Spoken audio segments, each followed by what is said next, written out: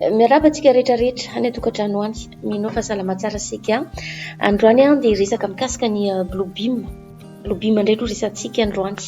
Tsy dia mifanalavitra loatra mikasika ny projet ARP sy ny chemtray, izany hoe zavatra mitovitovy ihany izy ireo satria tafika samy tafika miafina ao naza daholo mamorona an'ireo zavatra ireo, na ny Bluebeam zany na ny projet ARP zany na ny chemtray, dia mba hitongavan'izy ireo amin'izay tanjona tokony iriny, dia tanjona iriny izay mikasika ny nouvel ordre mondial izay ifanarahan'ireo Illuminati sy ny franc-maçonnerie sy ny tariny izay misy fingamanana maromaro satria na dia miresaka franc-maçonnerie sika mbola misy ihany koa fikambanana miafina izay ambonimbony lavitra noho ny franc-maçonnerie ary enjakenjana sy ratsiratsy tanjona mihoatra ny franc-maçonnerie, fa mbola ho resana manaraka amin'ny vaovao manaraka izay vidéo manaraka, fa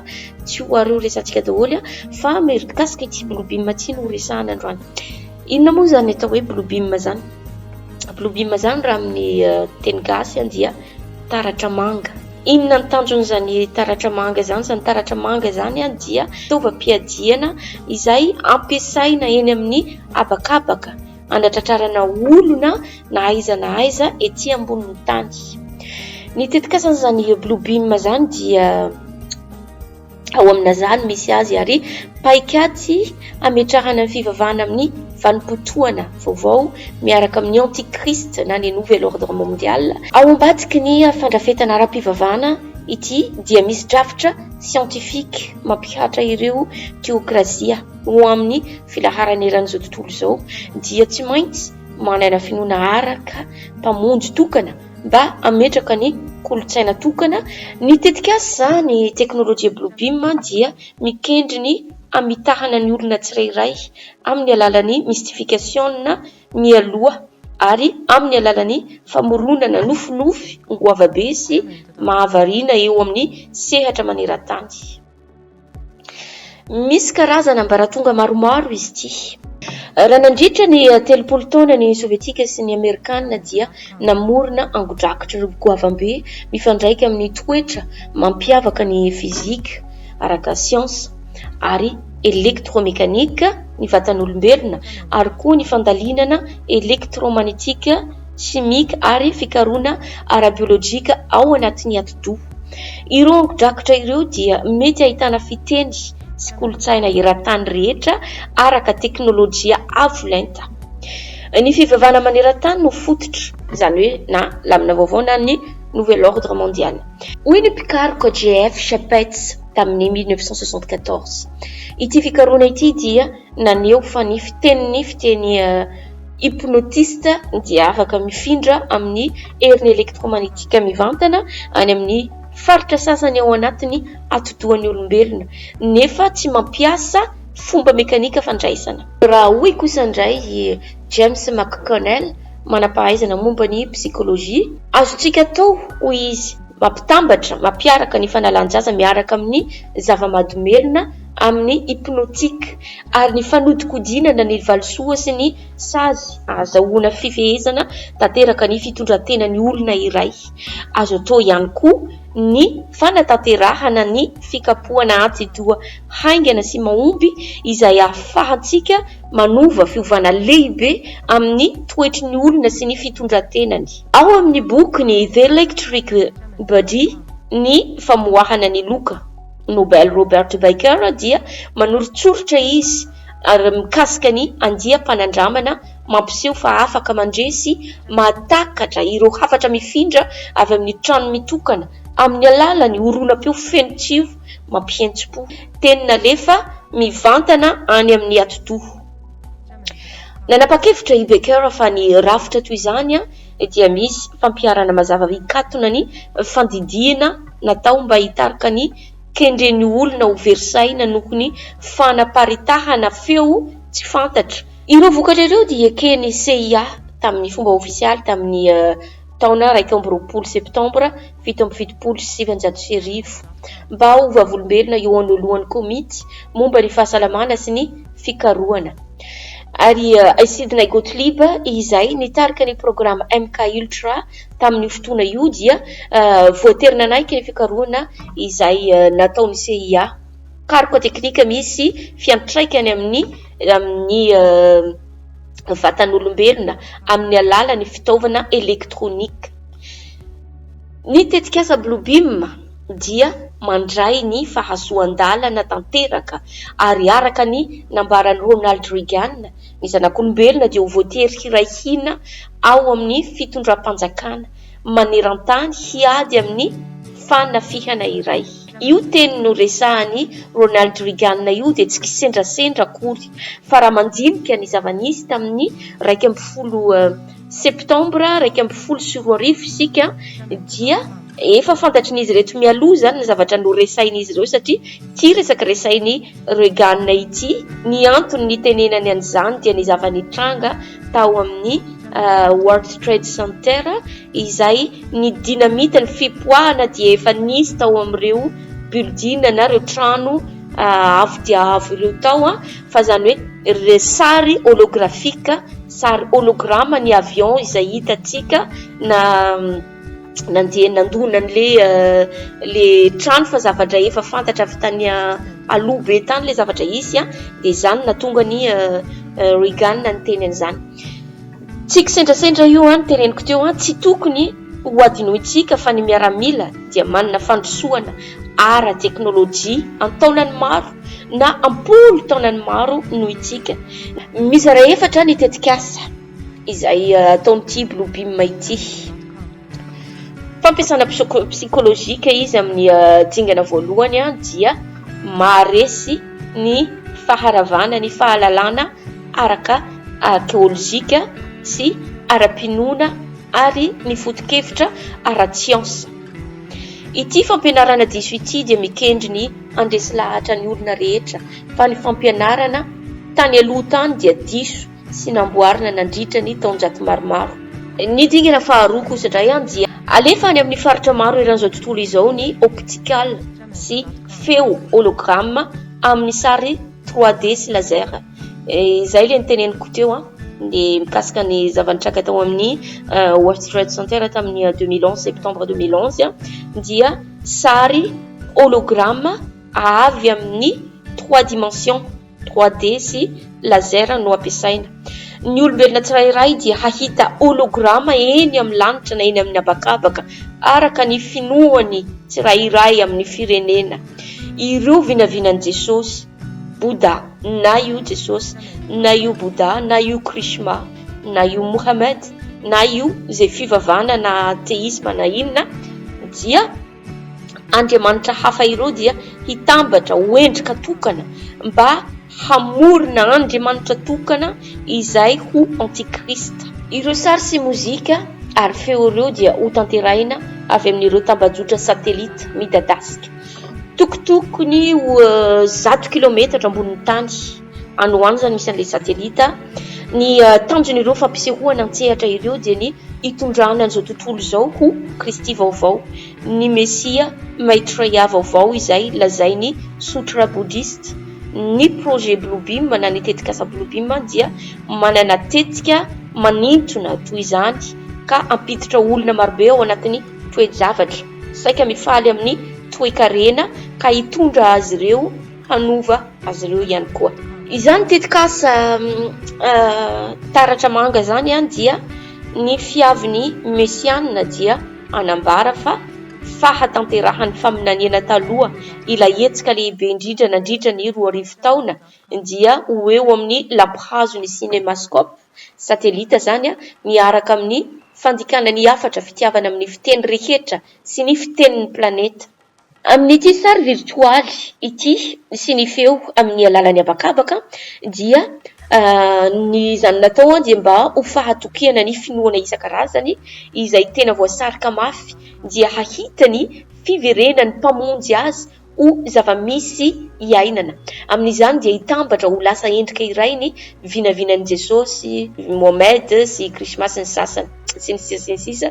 Arak'izany ary dia io andriamanitra tsy manam-paharoa izay asehon'izy ireo eny amin'ny habakabaka avy amin'le sary holografika no antikrista izay anazava fa ireo soratra masina isan-karazana ireo dia diso hevitra sy atoko-pivavahana taloha dia tompona ndraikitra amin'ny fametrahana ny olona hiady amin'ny olona, zany hoe io holografika izay ataon'izy ireo eny amin'ny abakabaka io dia natao izany mba mpianatra zavatra diso olona hoe ny fivavahana taloha dia diso fa ny fivavahana amin'izao fotoana izao, amin'izao fotoana amin'ity taona vaovao ity, amin'izao fotoana vaovao izao no marina, zany natao mba hampiady ny atonga ny olona hiady amin'ny olona, zany hoe ireo gera rehetrarehetra hitantsika ireo fampianarana diso rehetrarehetra hitantsika ireo, satria tamin'ny vidéo niresaka mikasika ny projet ARP na mikasika ny franc-maçonnerie dia efa no resaiko zay hoe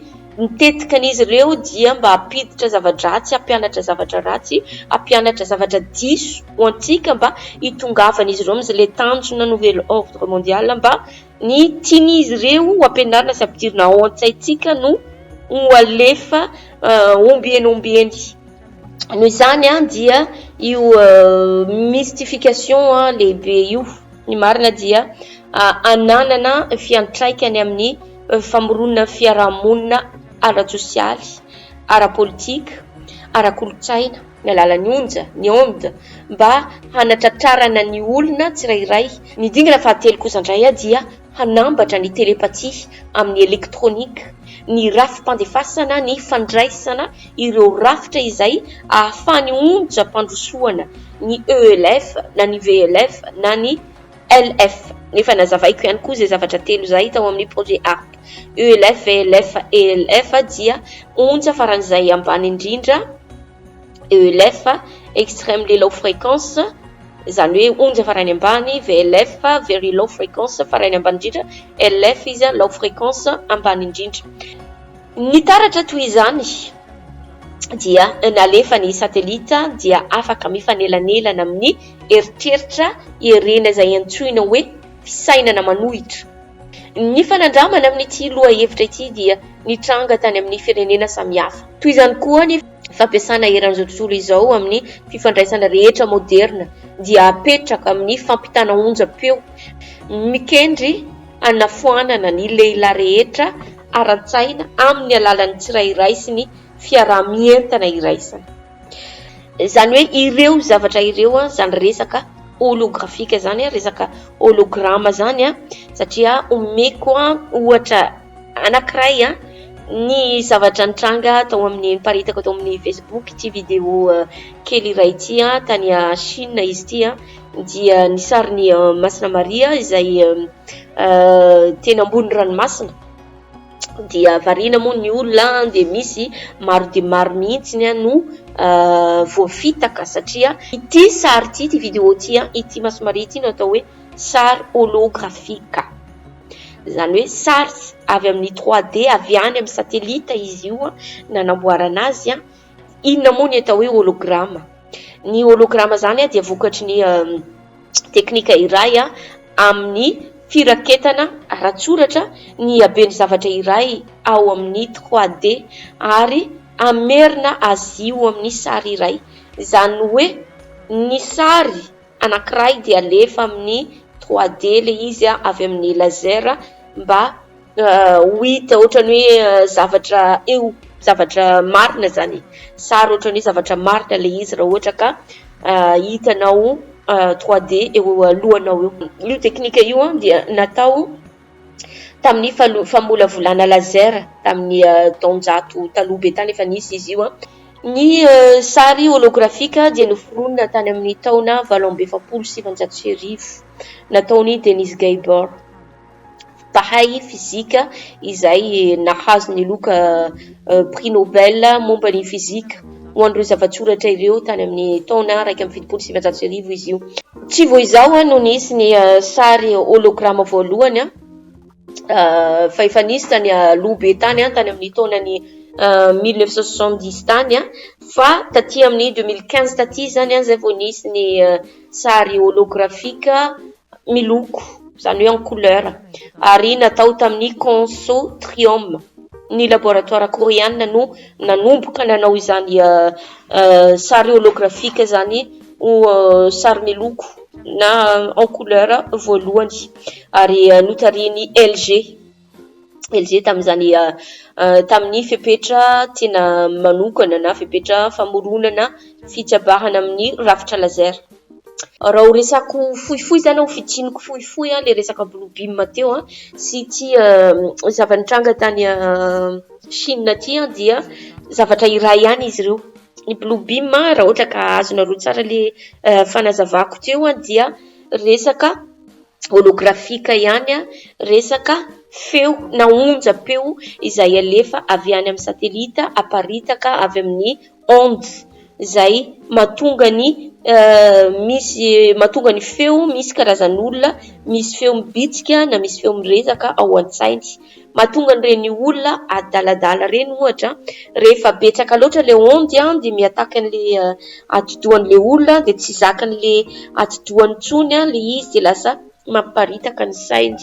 Melanja kokoa ilay hallucination rehefa olona mandray zava-mahadomelina ka miaraka amin'le onde alefan'izy ireny avy any amin'le satelita dia mahatonga an'le olona mahita nofinofy, mahita biby, misy ny sasany dia milatsaka avy amin'ny étage 6e na 5e étage, misy ny sasany mandeha mamono olona satria mifangaro ao anatin'ny saina ilay hypnotique ataon'izy ireo miaraka amin'le feo le onja izay alefan'izy ireo.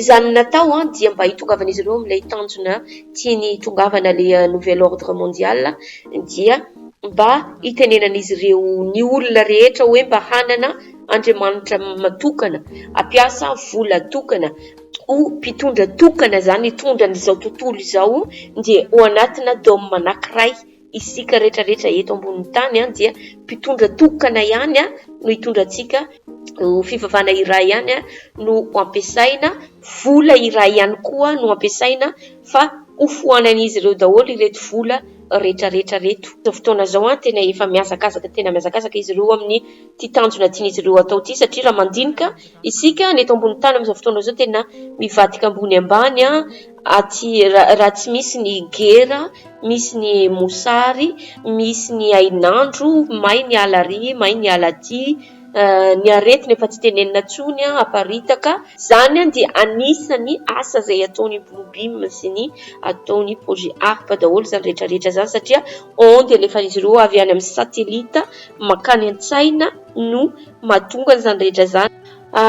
Zay indray ny androany aloha manjary lava loatra dia manjary mamonamonay dia manaraka ho tohizako indray dia azadino ny miabone, azadino manao commentaire, azadino ihany koa ny manao partage dia manome fotoananao indray amin'ny manaraka veloma daholo.